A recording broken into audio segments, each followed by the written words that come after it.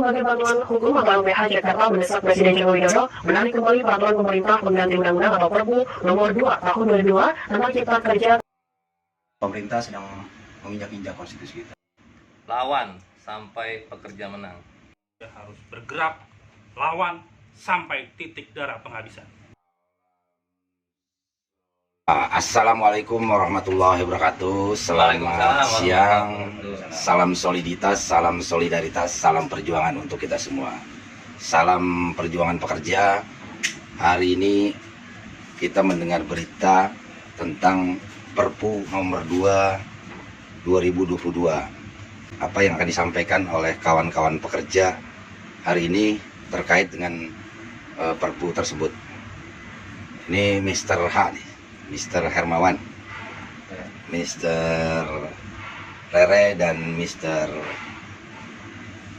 Sugeng R, biasa dipanggil Bung lah.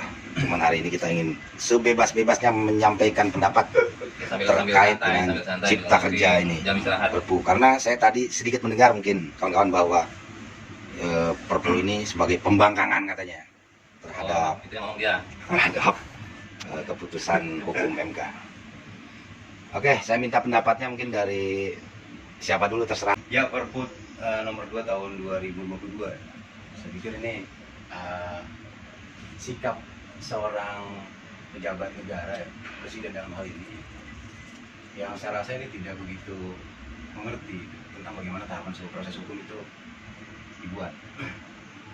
Karena kalau kita ngomong Perpu ya, kita pasti bisa pahami bersama lah ya, bahwa ketika Perpu itu terbit, biasanya ada kondisi mendesak, ada kondisi yang memang harus segera dikeluarkan sebuah aturan, karena posisinya itu sangat urgensi.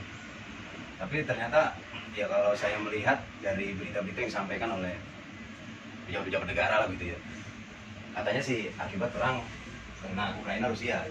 Padahal sih ya kalau saya lihat, dan saya pikir kita akan sama persepsinya, dampak perang Rusia dan Ukraina itu tidak terlalu berdampak terhadap perekonomian yang ada di negara ini. Itu satu tuh. Terus yang kedua, kalau kita ngomong undang-undang Cipta Kerja ya, sebetulnya juga ini kan udah ada putusan Mahkamah Konstitusi kan, yang memutuskan ya, dalam amar putusannya ini konstitusional, cacat bersyarat, dan cacatnya cacat formil. Artinya pemerintah ini diberikan waktu sekitar 2 tahun kalau misalnya, sampai dengan November 2023. Jadi itu aja sebetulnya dibenerin kan, itu aja dibenerin dulu gitu kan. Dan setelah itu ya nanti ya tinggal dilihat lagi gitu, apakah memang undang-undang ini layak untuk diberlakukan atau tidak. Terus yang berikutnya nanti mungkin tambahan ya dari Bung Rere, ya Sabu Taufiqa, Bung Supriyanto. Jadi kalau saya sih sebetulnya ada satu, saya pikir hal yang sangat baik gitu ya kalau buat kita. Ternyata selama ini menjadi pro dan kontra terkait dengan Undang-Undang Cipta Kerja, pemberlakuannya ini sebetulnya jelas-jelas bahwa ternyata Undang-Undang Cipta Kerja itu sebetulnya memang cacat hukum diambil pemerintah dan tidak berlaku sampai dengan saat ini gitu kan. Sehingga pemerintah kemudian menerbitkanlah Perpu gitu kan, karena dianggap memang ternyata benar-benar berlaku gitu kan. Artinya sebetulnya yang selama ini menjadi kita ini kontra gitu, pro dan kontra, sebetulnya udah dijelaskan, udah dibuktikan dengan terbitnya Perpu 2 tahun 2002.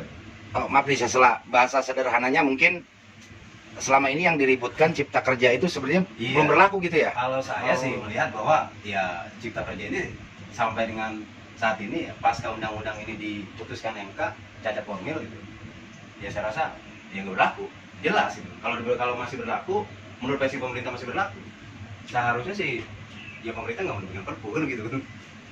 Nah terus saya sambung lagi ya, jadi kalau menurut saya sih kan kita mengenal ya kan yang namanya legislatif, eksekutif gitu kan, kemudian yudikatif ya. Nah eksekutif ini pembuat undang-undang gitu kan, kemudian DPR mengesahkan bersama tuh eksekutif dan legislatif gitu. Nah polisinya kan sebetulnya yudikatif nih kan, Mahkamah Konstitusi. Saya sebetulnya jadi agak aneh juga gitu kan dengan dikeluarkannya Perpu gitu. Yudikatif yang menjadi polisinya sebuah regulasi, tapi ternyata keputusannya malah dianulir gitu oleh Perpu gitu. Karena secara otomatis ketika Perpu ini ada, ya maka keputusan MK dianulir kalau menurut saya.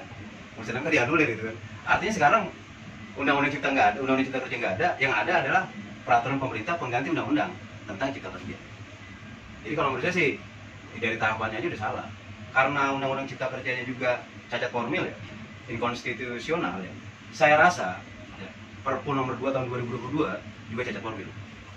Dan ya kalau kita lihat sih, ya ini malah terlihat begitu jelas kan, bahwa pemerintah ini betul-betul memaksakan adanya peraturan pengganti undang-undang itu ya tentang cipta kerja dengan berbagai muatan politik dan kepentingannya.